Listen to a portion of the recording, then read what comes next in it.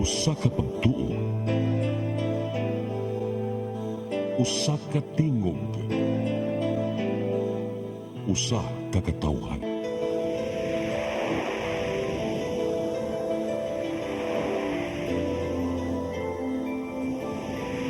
Cebu Catholic Television Network.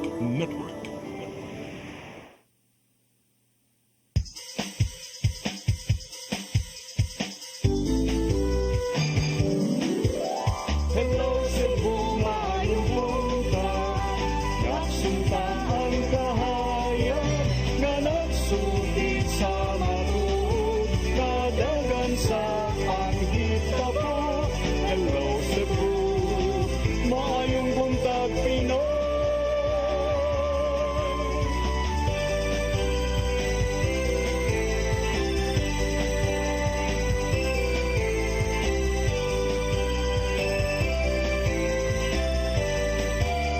Ang katutulungan sa mga katawhan. Hello Cebu,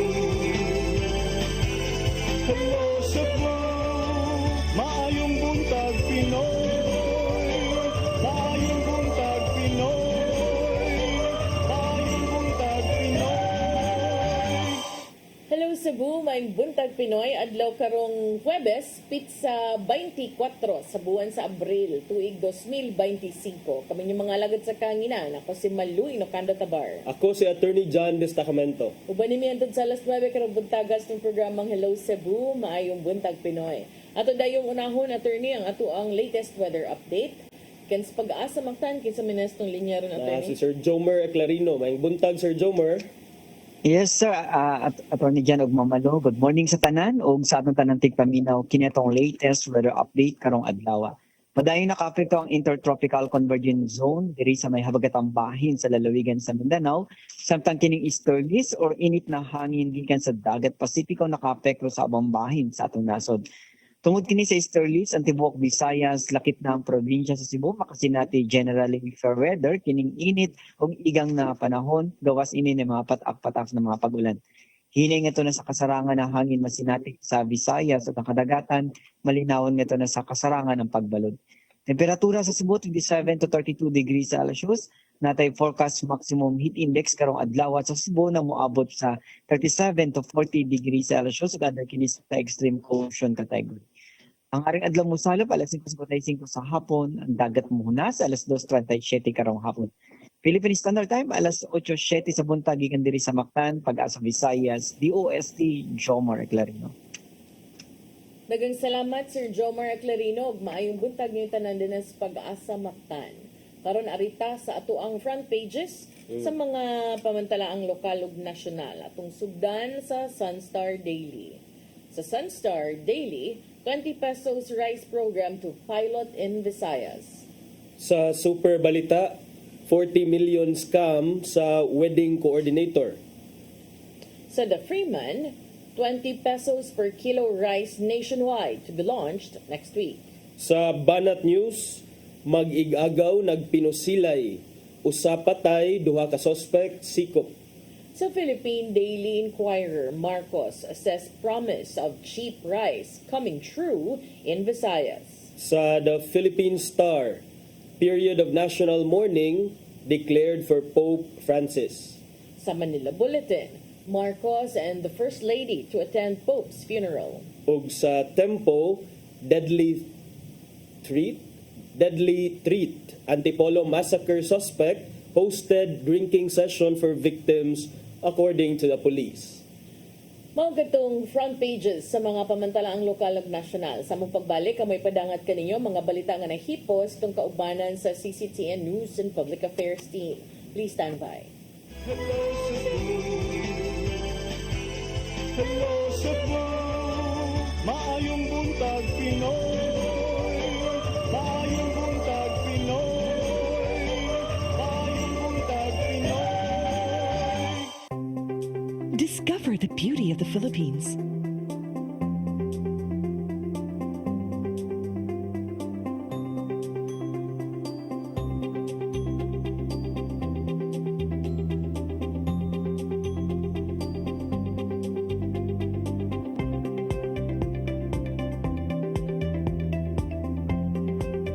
with Philippine Airlines, the country's flag carrier.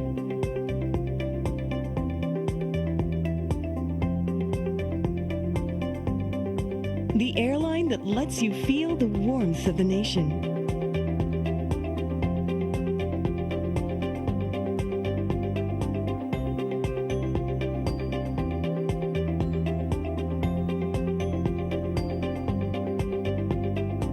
Mabuhay!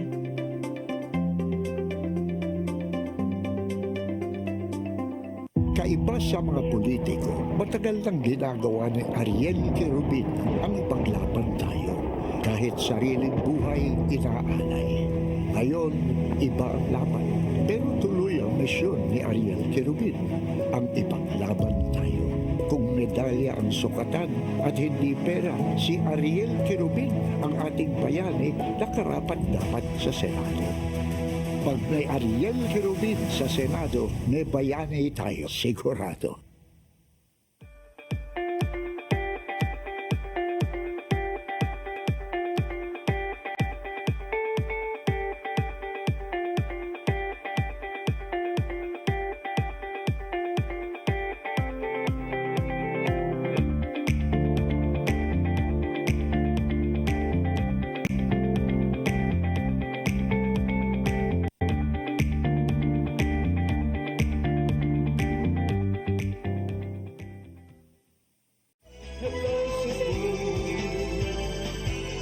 Hello Cebu, maayong buntag Pinoy.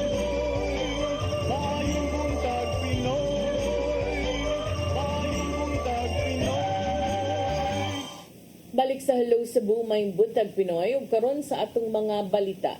Nagunas tong mga balita karong buntaga apil sa mga nasubo sa pagtaliwan ni Pope Francis mao ang mismong leader sa Oasis of Love Cebu nga si Tatay Dodong Limchua. Gibalik lantaw niya ang nahimong panag-abot nila sa maong halangdong opisyal sa simbahan ni atong 2017. Ang kasayuran ay hatod ni Gia Navarro. Nakigduyog sa mga nasubo sa kalibutanong Kristohanon si Brother Nonito Tatay Dodong Limchua sa pagdaliwan ni Pope Francis. Usa ang head servant sa Oasis of Love Cebu nga si Tatay Dodong sa mga personal nga nahimamat ni Pope Francis natong 2017 atol sa usa ka kalihukan sa nasod nga Egypt. Nanang panahona, giselebrar sa magtiayong Limchua ang ilang golden wedding anniversary. Nahimo kining espesyal tungod sa naangkong blessings gikan mismo sa Santo Papa. Nakita mismo nilang Tatay Dodong og Nanay Dayan ang nimong kaayo sa mong leader sa simbahan ngadto sa mga Katoliko. Doon na sila mahimong Santo Papa kung way kabubutod sa Espiritu Santo. Dili tawhanon nga kabubutod nga mapili na sila. So you can feel the holiness of a person. Inigduol mo, ma-feel mo, manglibawt imong balibo. No, kay lagi kini sila. Dili man na sila ordinaryo nga tao. No? Nauyon ang inuunusab di Tatay Dodong ang nimong liderato ni Pope Francis o Cardinal Jose Mario Bergoglio sulod sa 12 katuig niya nga pagdumala. Gawas sa mga talagsaong reforma nga maoy nakapaduol sa mas daghang katawan ngadto sa Ginoo. Gipakita sa Santo Papa ang kaluoy og pagpakig-unong kon mercy and compassion ngadto sa isig kaingon. Sanglit ka naman ang gibuhat sa Ginoo ngadto sa katawhan samtang nagpadayon sa kinabuhing Kristohanon. Ang kitang naata sa nakasabot. Malipay kay ta kay ang iyang approach, no, pagpasaylo jud, no. Kay in Matthew 6:14 to 15 nagaingon man jud nga kung ikaw dili ka pasaylo, ang Diyos ka man sa langit dili usab ka pasaylo nimo. No, it's very clear, you know. It's very important na kinahanglan ka mo pasaylo, no. Daghan ang mga nito mao nga kardinal ang adunay tsansa nga mamahimong sunod nga Santo Papa. Apan alang ni Tatay Dodong, ang Espiritu Santo lang gyud mo'y mag-igo kung kinsa man ang muhulip sa posisyon ni Pope Francis. Dungan usab sa panalangin alang sa hingpit nga kapahulayang dayon sa Santo Papa aron makauban ang Ginoong Dios sa iyang gingharian. Pray for his soul, no. We miss the presence of our Pope. We miss his love, no. But we have to be happy na siya diretso na nga sa kitasan. Navarro, CCTN News. Samtang pipila ka mga negosyo sa syudad sa Mandawi nagtinguha nga ma-exempted sa liquor ban sa COMELEC atol sa piniliay. Ang COMELEC, kinihuman ang COMELEC nagkanayon nga mga establishmento lang nga certified sa Department of Tourism ang mamahimong maka-apply sa exemption. Kasayuran ni hatod ni Mary Rose Sagarino. Dili mo minus sa duha ka mga establishmento ang niduol sa Mandawi City Business Permit Licensing Office aron mangayo og katinawan sa liquor ban sa Commission on Elections. Matud ni Attorney Walter Shane Lumbre, ang Operations Division Head, nga usa ka bar ug usa ka hotel ang nagtinguha nga ma-exempted sa liquor ban. Apan matud ni Lumbre nga gipasabot niya ang maong mga negosyo nga ang COMELEC lang ang adunay otoridad paghatag og exemption hilabi na alang sa eleksyon. Nanguhayo sila exemption kay basically naiuban nga gusto magpa-exempt kay nakasuway na daw sila last time. Okay. O exemption nya ang certification dili man with the BPLO, it's with the COMELEC man. I-respect man namo ang power ni COMELEC as the commission nga mag-regulate sa election. Si Attorney Francisco Pobe, ang Regional Director sa COMELEC Region 7, nagkanayon nga base sa COMELEC resolution ang establishmento nga certified o accredited sa Department of Tourism lang ang mamahimong maka-apply sa exemption sama sa resort. Giklaro usab ni Pobe nga kung mahatagan og exemption, mamahimo lang ibaligya ang ilimnong makahubog ngadto sa mga lagyaw nga turista. Ang liquor ban ipatuman gikan Mayo 11 hangtod 12 human sa eleksyon. Gidid-an ang mga tanang tindahan nga magbaligya og mga ilimnong makahubog. Ang purpose ana is to avoid any number one, disruptions of the proceeding by reasons of intoxications of the residents that will cause disturbance. Ikaduha, it will also spill the tranquility of the process, and then of course it will also adhere to the sanctity of the activity of that day. Mamahimong makasuhan og election offense ang makalapas ni ini lakip na ang mga individual nga masakpan. Sa mga establishmento nga ganahan mo apply, mamahimong mobisita sa COMELEC website og pilion ang kategorya nga exemption sa liquor ban. Mary Rose Sagarino, CCTN News. Sa Laingbahin Gunob Elementary School sa Dakbayan sa Lapu-Lapu gilungkab sa duha ka wa pa mailhing kawatan atol sa Biyernes Santo. Duha ka laptop ug usa ka Bluetooth speaker ang nakuha sa mga suspect. Ang kasayuran ihatod ni Crystal Joy Felerca.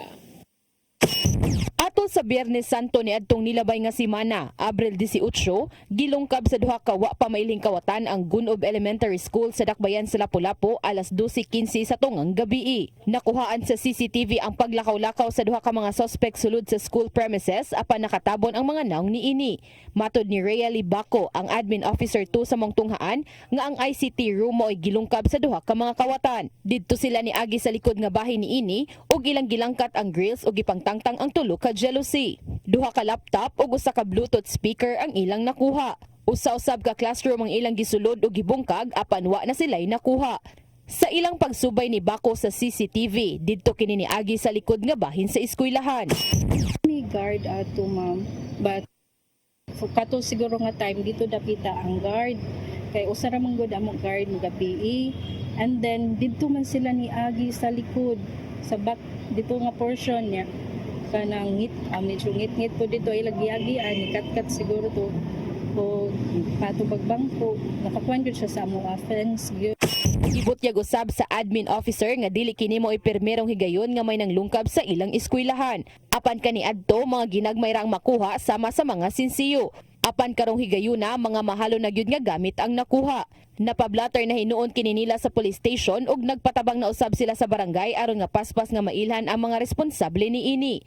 Samtang mato ni Kapitan Carl Wigel sa Barangay Gunob nga aron mapadali ang pag-ila sa duha ka suspect, nagtanyag sila og ganti para sa makahatag og impormasyon sa duha ka lalaki nga makita sa CCTV.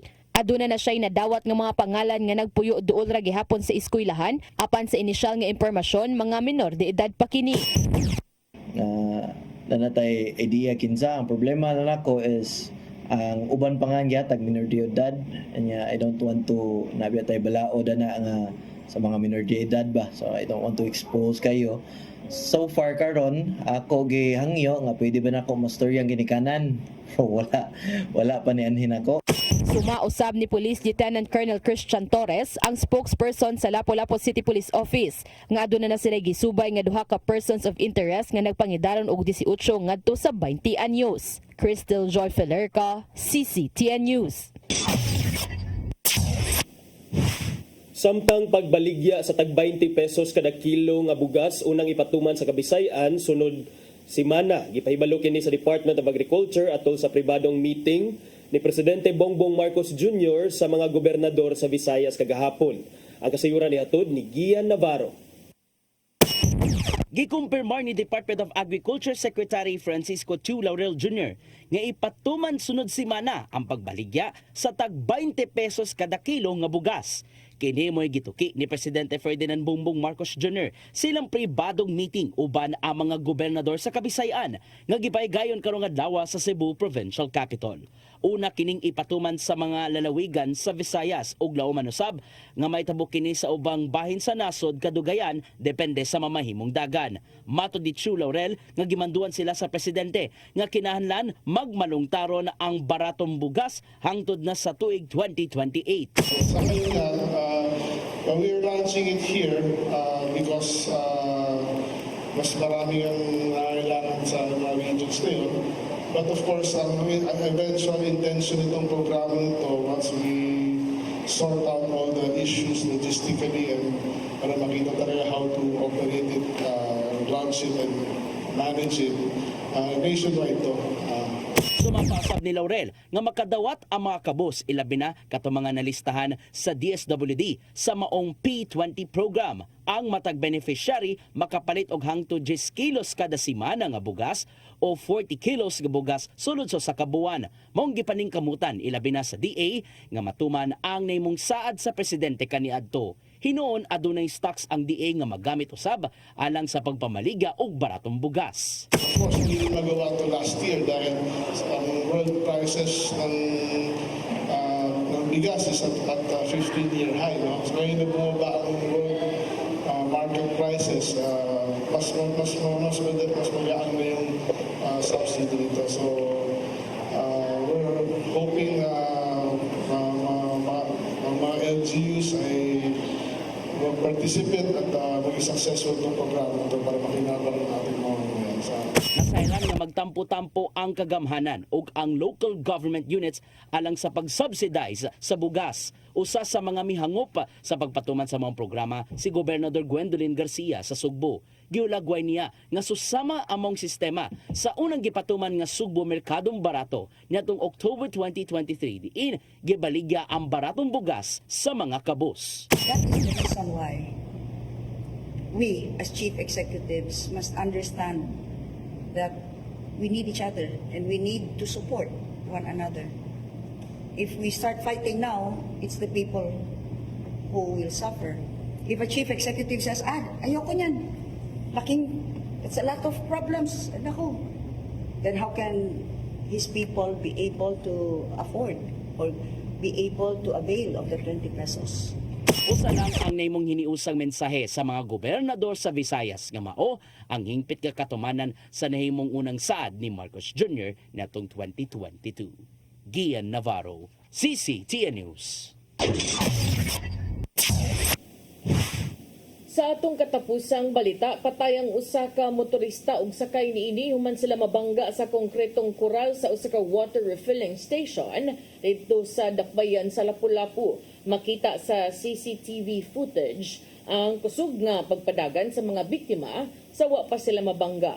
Ang kasayuran ihatod ni Crystal Joy Felerca. Patay nang nadangat sa Tambalanan ang usa ka motorista og angkas niini human mabangga ang ilang gisakyang motor sa concrete wall sa usa ka water refilling station sa General Aviation Road, Barangay Buaya, Lapu-Lapu City, alauna 24 kaganihang kadlawon. Ang driver sa motor giila nga si Charlemagne Braille Dico Kaplaya, 25 anyos, taga Barangay Babag. Samtang ang angkas niini mao si John Brett Versosa, 25 anyos, nga taga Barangay Basak.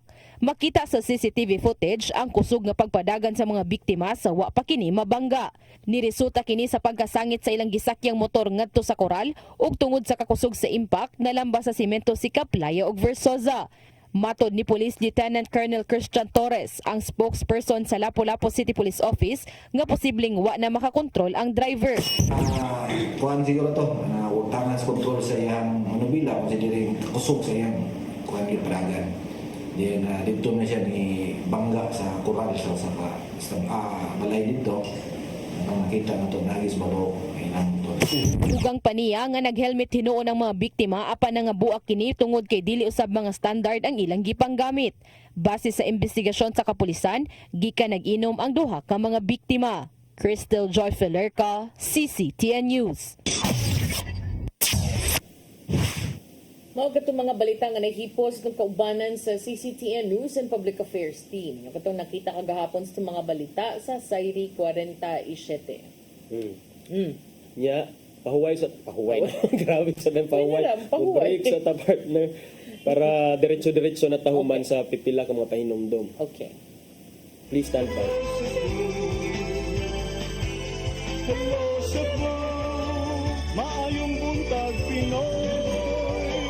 Maayong buntag Pinoy. Maayong buntag Pinoy. Discover the beauty of the Philippines.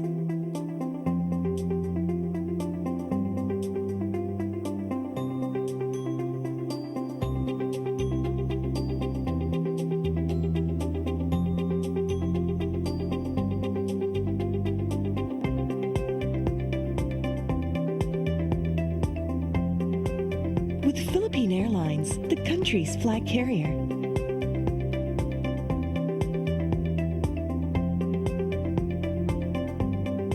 The airline that lets you feel the warmth of the nation.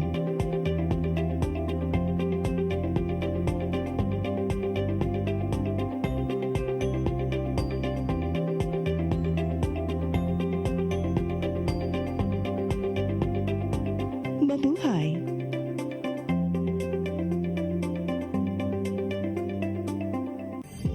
Ito ang programa kung saan magko-collaborate ang ating mga ozone na doctors para ibahagi ang kanilang kaalamang medikal. I believe with all my heart that the Lord is allowing us to understand that He's the one who are extending this life and we have to take care of our body. Yes.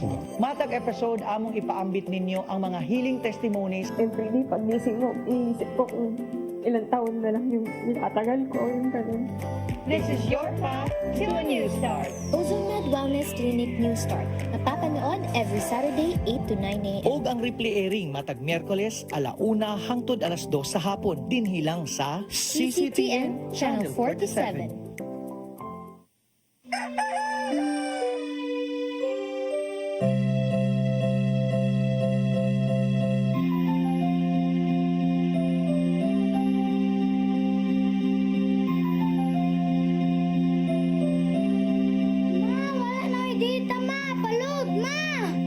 Sorry ma'am, na-late ko. Nagita pa mong gusto para internet sa kong anak ma'am. Ay, wala na yung problema. Mag-sinisibo! Sinisibo! Sinisibo! For your internet connection. And for the signal of your cable TV. So fast and straight the transmission to your home. Sinisibo! Sinisibo! Sinisibo! Offers you to have fiber optics.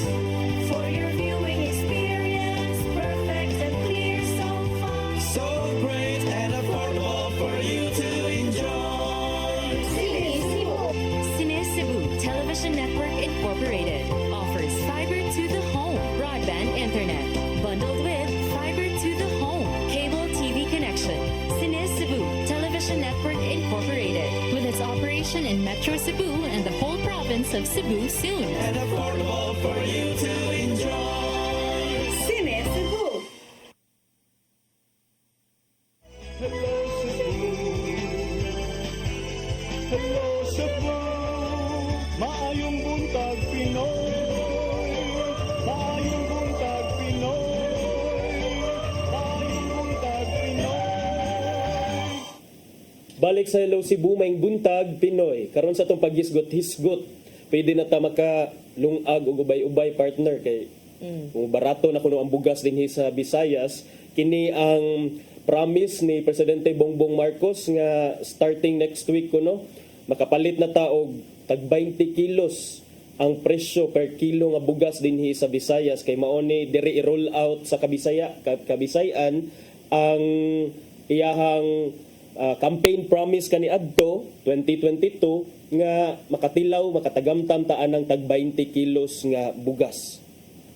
So muna partner karon what's interesting with this partner kay si Presidente Bongbong Marcos kalit lang sa butho diri sa sa Sugbo partner a day after atong pagbisita ni Vice President Sara Duterte. I think dili ra pod kay diri man to siya adtong to before Holy Week, di ba? Mga weeks before the Holy Week diri sa siya og ang First Lady. So murag nagbalik-balik na sila diri and by the looks of it kay i-appeal man niya ang Department of Agriculture, it appears nga dili sad ni siya dinali-dali nga engagement kay do na magay formal announcement naa magay something gi-announce sila gihimo diri sa Sugbo, which is ang pag-announce nga 20 per kilo of rice, that was the promise, and today we begin to make it real starting in the Visayas. Mao kana ang linya ni Presidente Bongbong Marcos nga gipost sad sa iyahang Facebook ug Instagram account niadtong Miyerkules. So mao kana atong mahinumduman nga usa sa mga dagko niya nga campaign promises ang pagpaubos sa presyo sa bugas. Sa presyo sa bugas. Mahimong 20 pesos. So niya, mo nimong issue kanunay sa mga wa na kauyon niya because ang karon wala pa ni ubos. Karon kay niingon naman nga ipaubos. Yung gahapon reaction sila nga ng mga tawa man mo ay. Naglibog yun ko. Unsa gid ay? Do you want him to succeed or do you want him to fail? Na step by step para sa success. Pero ang ako mangod ani partner, wala guna-huna ko ani ba. Ang timing manggod, you also have to consider the timing kay kung ikaw sincere ka sa imong project, imong promise, you are what? It's already 2025. So it's 3 years almost into his presidency and then karon pag yun ta makakita og some concrete nga action when it comes to that campaign promise. So we cannot blame siguro anang mga nang react or nasakitan lang sad sila kay nabungkag na ang unit team and then they cannot take credit for this. Naasa day mga inana di ay. Syempre. Okay, basta ingon sad sila nga tungod na namo pero karon what do you think? Or ang ban mo ingon po tungod kay hapit na eleksyon. Or tungod kay down sa survey? Pwede sad. But isn't that supposed to be how things are? Like, depende sa mga events. So, surveys man good can be commissioned by anybody. Can be commissioned by a party. Can be commissioned by an official. If you commission a survey, most of the time or all the time, you would know kung kano sa himuon ang survey. Isn't it also good nga if naay paingon nga survey, you would be doing something? Mahimo kang mas just noon. Diba? Na may uban na. Especially if in the previous survey nga, dili ikaw ang nag-commission, higawas ang findings nga, pananglitan, mas daghang mga tao ganahan nga patubagon gyud ka sa imong mga kanang questionable nga mga pangurakot. And then, posible man. So, karon kanang lain-lain og strategies ang mga politiko. Now, is this being politicized? Of course it is. Because it comes with the territory, it comes with the position. But to me, I have always said even before nga okay ra gyud kog mo epal basta naay makuha ang mga tao. Bisan pag imo ng poston tanang sudlanan sa bugas ug naong nimo, okay ra ko. Basta kay tag 20 na, iubos na. Tag 20. Tinuod na partner and then kining kay when was the last time nga nakapalita og 20 kilos? To be honest partner, makadumdum jud ko 2004 diha mi sa Mabulo nagpuyo tag 23 ang kilo sa bugas. That was in 2004 ha. So that was bag-ulang to kay si Governor Gwen in 2023 did that. Yes, katong karaban sa niya. Kadiwa. Kadiwa stores. Pero kani naani mga specific guidelines, it's not open to the public partner. Yes. In the same way sa kining project niya nga 20 kilos ang bugas kanina sa report ni Sir Gia niyang na-mention nga para sa mga kabus, especially mga 4 piece beneficiaries, magkakuha og maximum of 40 kilos per week I think that's enough na siguro kay sa inyong pamilya ang 40 kilos a week. And Oh, to me, 20 better pesos than is 20 nothing. pesos. Oh. Kay unsa Di mo sad na mahimo sad nga kuan ang ending ana among godog imo nang i-open to just about anybody without putting regulations. Ang ending ana ang mga negosyante may Abusaran. mamalit. Pamaligya sad gihapon og a little bit higher kay manginabuhi.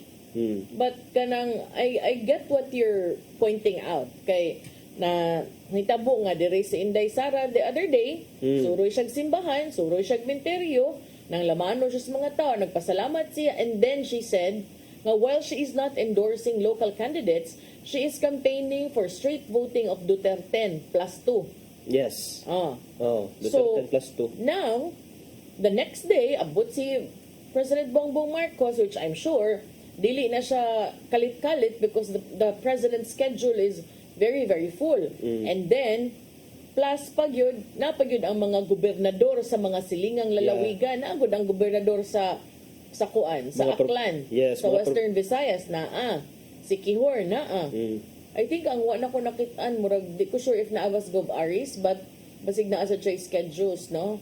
Pero naagod, and then to me it's sending a strong message. It's sending a strong message. Pero nganong closed door meeting man, unsa man na ilahang gimitingan, nganong closed door discussions man ang nahitabo dito sa Capitol. Kay there, it was supposed to be announced kuno matod sa report diri sa Inquirer nga the announcement dapat kuno to siya public announcement via kining during an afternoon event in Cebu. During an afternoon event in Cebu.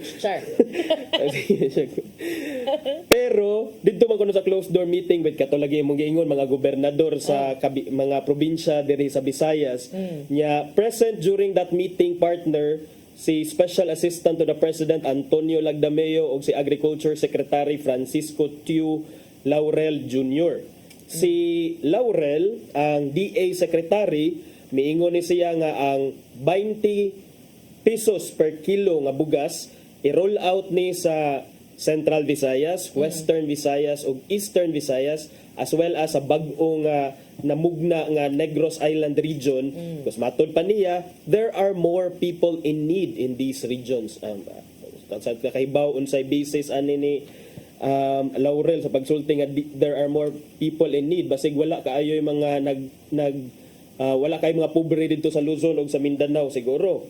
But of course, matod ni Laurel, the eventual intention of this program, once we sort out all the logistical issues and figure out how to properly operate and manage it, is to launch it nationwide ultimately. Oh. Pero mayngon sad kag unsay naa sa Visayas ug sa Mindanao? Unsa man? Low trust ratings compared to NCR.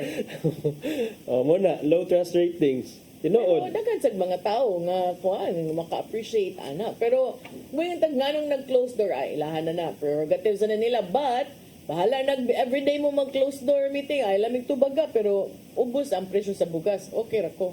Ngayon nang uban adapig mo wala mig dapigan no sa gutay amuan nila. Mitaw.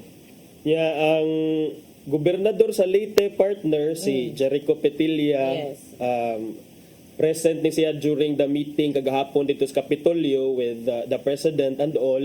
Miingon siya nga since ang Visayas dunay 13 million ka registered voters, it's inevitable nga some people would view this as politically motivated and all, especially nga the elections are just a few weeks away. But matod pa niya nga unsaon man tana nga karon at this time na may enough nga stocks ang Department of Agriculture. Unsaon man nato ni? So pwede ta makabaligya karon na timing. Kunay sulag ang supply. Beta, pero taud-taud naman na. Base sa akong sources. Taud-taud na nga. Taud-taud na ang stocks. Okay. So ikaw ha? Basta kay timing lang. Nga, dana, yun. Abot na ang panahon nga igo ang supply. Kaya kung imosad ng kanabang iapiki o paggawas, mahurot ang mga problema sad ka. Yeah. So I think kana some of us may question the sincerity, the timing and all, pero para sa dako kuan na lang mas maayo na lang gyapon na kay kung whatever comes out of that project kung matinuod gyud na siya bisag 3 years na nimo matagamtaman basta kay naa pero nako sad no kanang Usahay ba kaning kinabuhi sa politiko or people in position? Murag bingka. Og na kay buhaton sa wayon. Og di buhaton sa wayon gihapon. Murag nig ko Damn if murag you... taanig ka ng boxer, inig abante pite, inig atras pise, balo, may pagmuligan. Painit ani. Matod sa DA Secretary nga si Laurel, gi-instruction na siya ni Presidente Bongbong Marcos partner nga i-implementar ang maong programa gikan karon hangtod sa 2028.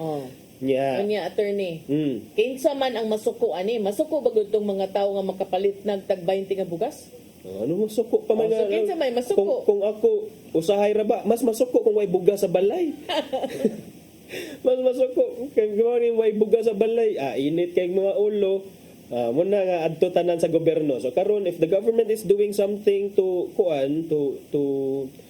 for the welfare of the poor and the marginalized ang katong mga vulnerable sectors, mas maayo kay mo lagi ni kining naamo gi masulti partner ang tanan ay bisag unsa pa ang imuhang buhaton bisag May paigo.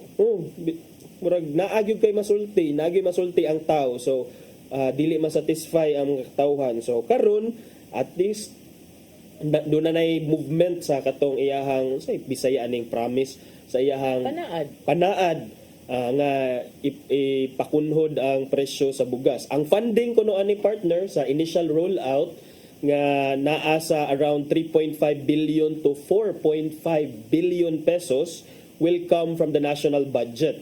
Niya matod ni Laurel nga initially unta to ang target ani is only up until December to February ra unta to ang tag 20 kilos nga bugas, pero mo lagi to ang instruction sa presidente nga why not make it all the way up until 2028.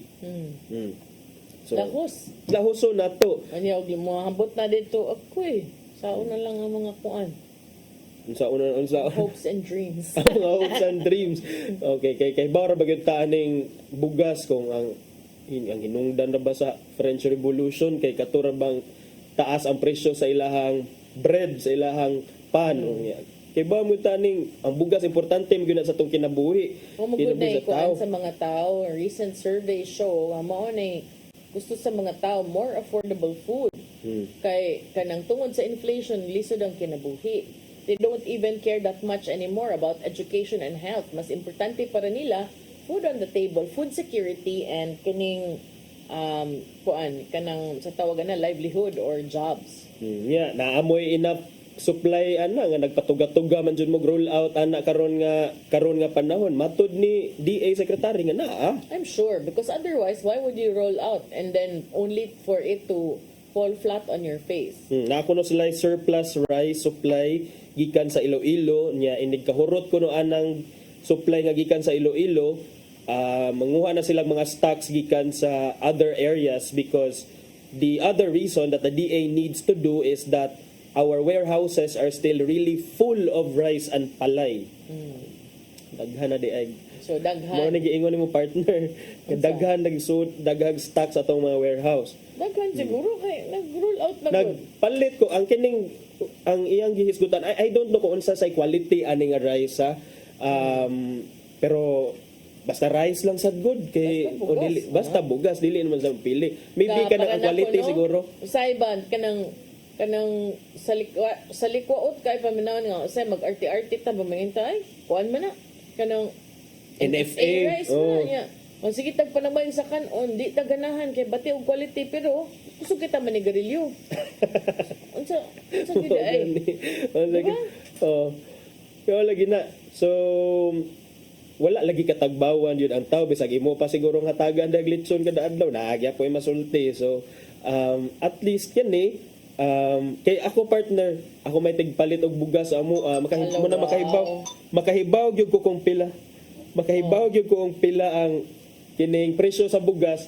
2 days ago nagpalit ko sa Tabunok Public Market at Talisay. Ako usahay na sa 1,250 ang pinakabarato 1,250 mo na 2 days ago, then the other week 1,250 ang ganador ni noon na sa partner. So anak og arang-arang ganador ang bugas partner ganador. So akong gikwenta mga 50 pesos per kilo, and that's 10 pesos less than probably mga several months back nga especially last year nga grabe ka mahal. So kana 70 per kilo? naabot og 60 to 65 per kilo. Imuha kay Jasmine Ayaw na na kayo mo imuha. sige rice. Uy, di ko gana na ana. Unsa na imuha de? Murag kabuon Brown ka rice sa ka. iyong humok. Kamo ni Sir Dennis. Dili ra. Wala lang. Kuan lang. Less rice, less carbs. Char! Less rice, less carbs. Adto man sa mga mahal gyapon nga alternatives Sa gihapon. man ang mahal na alternative? Sama anang mga kuan, unsa man inyo mga oats, unsa na mga oats mo di mo na makabusog Barat partner. ko naman gino ng oats. Unsa may mga alternative to rice inyo ha? Less carbs pa ha? So kana matod sa DA ang prevailing retail prices kuno sa bugas layo pa kini sa 20 per kilo nga level pero the DA kuno has been working day and night to bring this to reality. Laurel said nga ang goal was unattainable last year because okay, so do na di ay global rice price hike nga may reach og 15-year high last year. Pero as of Tuesday this week, ang locally produced regular milled rice retailed from a low of 33 to a high of 43 kilo dito ni sa kamerkaduhan sa Metro Manila, which is lower than the 48 to 52 peso range in the same period a year ago. So kana this is a welcome development for me. Bahala na lang yun. Kamo diha pag kamong mga politiko da pag away-away mo basta kami diri makatilaw mi og Basta kay barato ang bugas. ang rice. I think most of the people also kanang be happy with that. Kaya nako ang di ra gyud malipay katong saman di ka og bugas or katong kanang wa na kauyon sa tawo nga nagpaluyo sa pagkuan. Paita sa ano kung ikaw wa ka kauyon sa tawo nga nagpaluyo sa pagpakunhod, mopalit ba ka? Ay palit. Anong palit man ka? Na ako mopalit ko 5 kalima na ka kilo ang 100 unsa na lang ko'y value. Kabaw sa mo palit sa siguro sila kuan bi na. Nabi na uban mga follow what I do not follow what I say, do not follow what I do. Double standard. So, syempre. Malagi na, depende sa color nimo pero sige tanaw na to. Uy, mula nang basihan ay uban mo abiba sa krimen nga buhaton. Pero just nun. Ano ba? Lain man tag mga kuan. Pero kinsa magudta nga mo hukom nga ang Ginoo ra man nakakita sa ilang mga kasing-kasing. So, kung wa mo nakauyon sa presidente, pero mukaon mo bugas, ay ko nag-abot sa tindahan, maingon mo, dele ko mo palit ana. Okay, kuan jud, ana, di ba? Di ko na mo palit. So, na. Unya, kanang ako taning isgutan nato, hindi kay ko, ganan ko nga makadungog sa imuhang legal kanang points ba, kay na-shock manggod ko gahapon atong balita nga dunay usa ka retired Court of Appeals Associate Justice nakailakwan niya because pag reporter nako RTC judge ni siya si Judge Isaias Dikdikan, but what was very surprising to me was that ang Supreme Court mo ni charge niya og gross misconduct tungod sa matud pa iyahang giingong kalambigitan sa pagpatay katug yung luoy tanaon ka ay nga kanumdum ko atong balitaan pagpatay ni Attorney Joey Wee ni adtong 2020 dito man iyang opisina iyang law firm dapit sa Kasambagan dapit sa Amua dapit sa Banilad unya dapit sa Country Mall kana nga area padungkag Sem Park na gamay nga daan din ha diha to siya ko ano dapit sa gawas yang opisina. So ang tipamaba sa Supreme Court si Camille Ting niingon nga approved en bank ang filing of administrative pinasasagot ng Korte Suprema. So giaprubahan na ang filing sa administrative charges batok ni Dikdikan. Matod pa ang desisyon base sa memorandum issued by Court Administrator Raul Villanueva last March 24. Ang iyang quote no kay the Supreme Court formally charged retired Court of Appeals Associate Justice Isaias P. Dikdikan with gross misconduct for his alleged involvement in the murder of Joey Wee, a case which has been endorsed by the National Bureau of Investigation to the Cebu City Prosecution Office and or the Office of the Prosecutor General. Gitagaan siya 10 days, non-extendable from receipt of notice to file his response. Kuan man katong akusado si Edwin Layese ni-execute manig extrajudicial confession last year.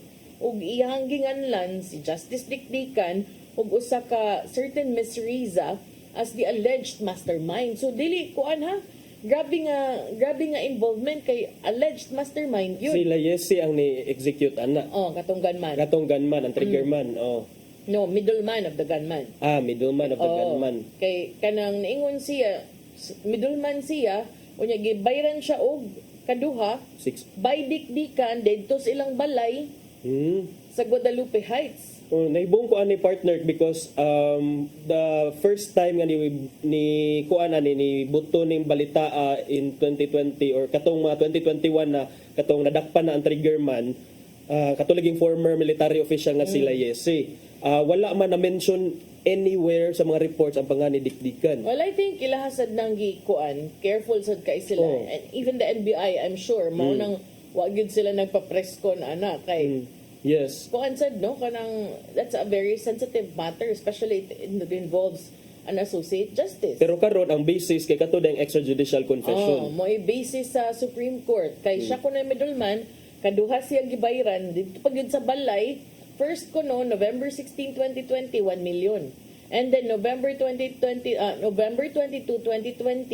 500,000. Matod nila Yese, kani ko nung pagpatay, motivated sa grudge from Miss Riza, kay napildi ko rin sa usa ka kaso nga gihandle ni Attorney Wee o gimanduan siya pagbayad og dakong kantidad to the clients of Attorney Wee.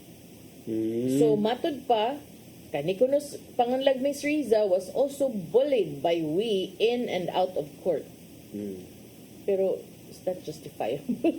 So moto November 23, 2020 man siya gipatay diha sa Tubangan sa iyang opisina sa Barangay Kasambagan. Nya matod nila Yese, nasayra niya ang pagpatay tul na sa balita alas 5 anang adlaw and later contact siya matod pa ni Dikdikan kinsa ni kumpirmar sa killing and allegedly ask ngano kunong wa na appeal ang asawa. Unya mingon sila Yese nga iyang gi-instructionan ang gunman nga ay lang sag apila tungod sa mga bata. Then November man to 23 nasdakpan ang mga suspitsado December 8, 2020 ang NBI mo'y nakadakop ani nila kato imong giingon nga former sargento sa Philippine Army, Fausto Peralta. Unya dito ni nadakpan sa Cabuyao, Laguna. Siya man to ang gitumbok nga gunman na mo gi-kontrata para mo execute sa pagpatay. Samtang sila Yese nadakpan 2021 base usab sa statements ni Peralta nga naglink niya. Karon niingon si NBI Central Visayas Director Renan Oliva, and I'm sure kaila sa siyang Justice Dikdikan kay pag time nga reporter me, RTC judge, si Judge Dikdikan, Sir Renan Oliva was one of those NBI investigators nga mga tubang sa korte mo, file sa kaso. So, I'm sure and attorney na ni ron si Attorney Renan. sad na siya before pa. Okay. Kay dili man ka mahimog agent sa NBI if dili ka kuan. Okay. Sige. So, then he said nga ni-execute sila Yese siyang affidavit in 2024, nearly 4 years after the murder, ug iyang gidetalye kung nganong giunsa pag-orchestrate sa crime. So, dugay day nila nakuha. Dugay, 2024 then we cannot say na, katong nga time, nagsigira gid sila report. Sige sila build up sa case, kay nadakpan siya later pa man. So, karon nanasay kaso sa... Nanay confession, paagi sa abogado, gi-forward sa DOJ for evaluation and case build-up. Nagsugod ng hearing sa DOJ and ni-testify ang NBI sa panel. Then, pending ang resolution. Giklaro ni Oliva nga ang NBI wa ni file administrative case before the Supreme Court. Instead, the disbarment complaint against Dikdikan was initiated by the slain lawyer's widow. Okay. Anyone can file man. In fact, moto proprio pwede man maka-launch og disbarment proceedings ang Against Supreme anyone. Court against any lawyer. But this one was initiated by the wife of Attorney Wee. Matod ni Oliva, retired na day si Dikdikan sa diyang nagsugod sila sa ilang investigasyon. Nahimo siya kaniadtong Associate Justice sa CA, pero nag-private practice na at the time of the crime. We confirm ni Ting that if Dikdikan is found guilty of gross misconduct, he will face disbarment and will be stripped of his pension as a retired justice. Agoy, dako ra ba ni sila pension niya? Kining, so ato lang klaruhon, kaning bag-o ni gawas karon nga dunay recommendation for the charging of retired Court of Appeals Associate Justice Isaias Dikdikan, kini siya kay para ni sa administrative nga aspect sa kaso, particularly whether madisbar ba siya or dili. Mo na akong understanding no niya ang katong naa sa DOJ or naa sa ambot asa na niron ang criminal case naa na ba ni sa korte or naa pa sa DOJ, lahi sad to siya. So kini gitagaan si former Associate Justice Dikdikan og 10 days kuno from receipt or from notice of the receipt from notice of the order from the Supreme Court Anbang nga motubag. So 10 days from receipt. I don't know say kuan ani tubag ani, but these are very Serious allegations, and I don't think nga inaani kasayon for the Supreme Court nga patubagon siya if dili pud ingon ana ka bugat ang mga pasangil ug mga ebidensya nga gilatag sa NBI patok niya. Unsa man ka bugat attorney ang extrajudicial confession. Ang 4 years after the commission of the crime. Ang extrajudicial confession, partner, is as a rule pwede magid siya admissible as evidence, pero mao to kinahanglan siya nga pag when you executed your extrajudicial confession, dapat with the assistance of a lawyer, dapat the lawyer is competent and competent enough nga mo advise sa imuha sa repercussions, sa effects, sa consequences sa imuhang pag-execute ana nga confession. So if all those constitutional requirements na follow during the confession, then pwede na siya admissible in court. It's up to the judge to consider its probative value, pero that will form part of the evidence, of the pieces of evidence sa prosecution. But I don't think that is maybe makatabang siya para aning sa gross misconduct nga case, pero ang gross misconduct manggod, just like any administrative cases, lahi manggod ang quantum of evidence or ang proof that is required in administrative cases. Dili man in anak ka istrikto sama sa criminal case. Kay sa criminal case dapat ma-establish nimo ang guilt sa tao without any traces of doubt. Muna guilt beyond reasonable doubt or proof beyond reasonable doubt. Dire kung kaning gross misconduct ra mas lugak-lugak ang kuan, partner. Yeah, but unfortunately if you have this kabaw sa nga dako kay puruhan ng nagi pay nagsunod nga criminal sad nga case kay set to be kuan na ba ya filed. And mas maayo sad nga gitagaan sad jud siya og opportunity, partner, nga maka-defend sad sa iyang kaugalingon as part of due process. Of course, I'm sure kay he knows sad his law. So retired na sa DNAC Justice. Wala tay kuan, wala tay oras. Ato'y padangat ang giandam ni Tatay Dodong ani ang pulong og kinabuhi.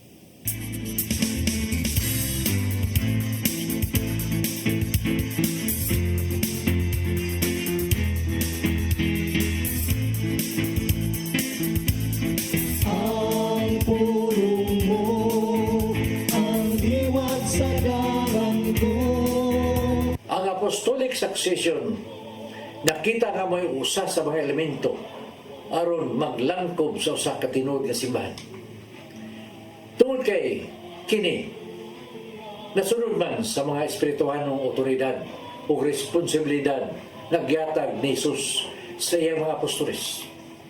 Sa Mateo 28:19 nag-ingon, busa panglakaw kamo ngadto sa tanang katawan sa tibok kalibutan, ug himuha sila nga ako mga tinunan, ug bunyagi sila sa ngalan samahan sa Anak ug sa Espiritu Santo, ug tudloy sila sa pagtuman sa tanan nga akong gisugo kaninyo.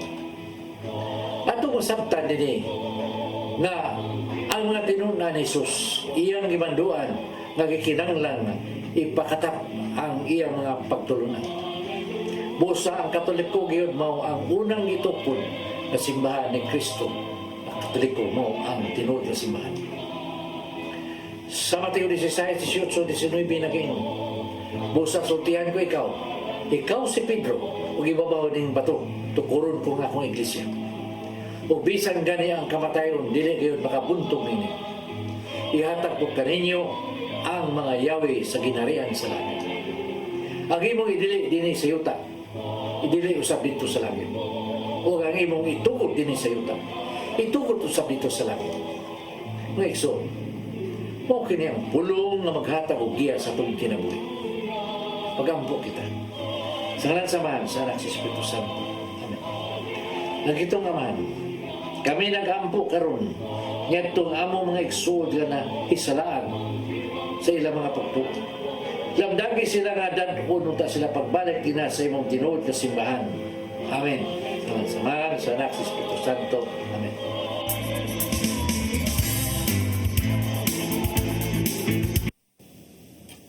Pulong kinabuhi ni Tatay Dodong Limchua mo nagtapos sa tulumanon. Dagang salamat sa Philippine Airlines. Dagang salamat Archbishop Jose Palma, Nanay Diana Limchua ug Tatay Dodong Limchua. Dagang salamat Sir Dennis Tabar, mga kaubanan sa TOC, Sir Robert, Miss Inday, Sir Matmat, Miss Mabel, Miss Joanne. Ya, dagang salamat Sam kay Sir Michael, Sir Rodel, Sir Raymond, Sir last Bruce, nga name. ug Sir Ferdy, pinakadagang. Katamislat, uy. Katamislat. Okay, as a vlogger, influencer. Vlogger na Sir Ferdy. Oh, salamat sa iyong papakiguban. Ako si Malduy no Kanda Tabar. O si Attorney John Destacamento. See you tomorrow. Tomorrow no, kay Thursday Tomorrow. O, diba? Wala na yung sense of time. See you tomorrow sa atong programang Hello Cebu. Mayong buntag, Pinoy.